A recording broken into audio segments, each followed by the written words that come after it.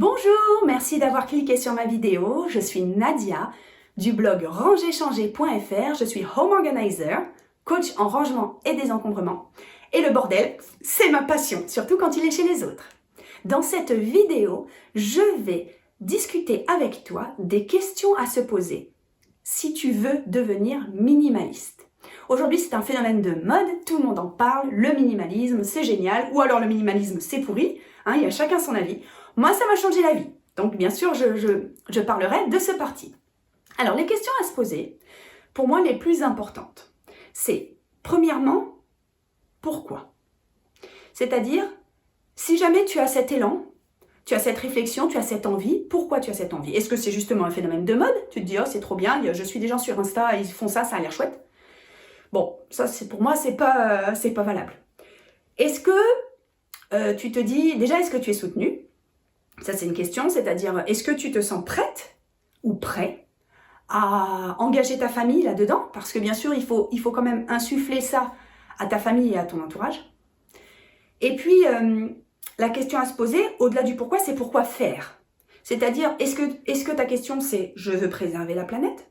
Est-ce que je veux avoir de l'espace chez moi ? Par exemple, moi, en désencombrant ma maison, j'ai pu me libérer un dressing complet, j'ai fait mon bureau dedans. Comme je travaille beaucoup à la maison sur mon activité de blog et de vlog, je me suis créé tout un espace bureau. Donc, est-ce que tu as besoin d'un espace en plus, une pièce en plus, par exemple ?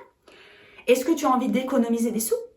Moi, ça a été le corollaire. J'ai économisé énormément de sous, j'en économisais encore aujourd'hui. Je ne m'y attendais vraiment pas au départ, c'était pas mon but principal, mais il faut savoir que ça fait économiser des sous. Est-ce que tu as besoin d'air dans ta tête ? Est-ce que tu as besoin de faire de la place chez toi pour avoir de la place en toi ? Moi, je pense que ça aussi, il faut se le dire.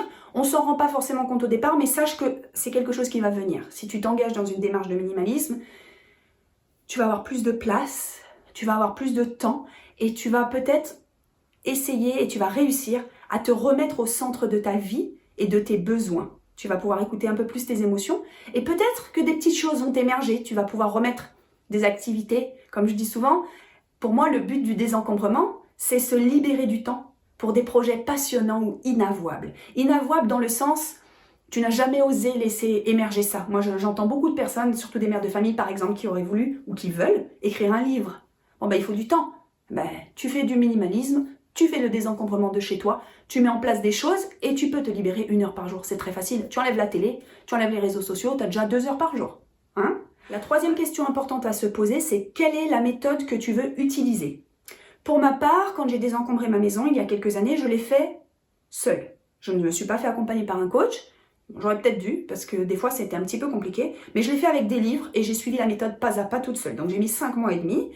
J'ai eu des hauts et des bas, je ne te le cache pas, parce que ça chamboule. Il faut savoir que désencombrer sa maison, c'est désencombrer sa vie. Donc moi j'ai utilisé des livres, je te mettrai les liens en dessous de la vidéo, donc notamment les 2 livres de Marie Kondo. Depuis, elle en a fait beaucoup plus. Et j'ai utilisé aussi 2 autres livres de 2 françaises, Francine Jay, et puis tu verras, je te mettrai les liens en dessous. Donc, quelle méthode tu veux utiliser ? Ce qui est sûr, moi je prêche vraiment pour désencombrement total de toute la maison d'un coup. On y va, un marathon, on commence, et pas je vide un petit tiroir et j'enlève une clé ici. Moi je trouve que ça marche pas, parce que pour avoir, ce qu'on dit maintenant beaucoup, le mindset, donc l'état d'esprit vraiment de désencombrement, de minimalisme, je trouve qu'il faut faire un travail de fond. C'est Marie Kondo qui dit « Le désencombrement de sa maison est un marathon et non un sprint. » C'est un marathon. Un marathon, c'est vraiment un travail de fond.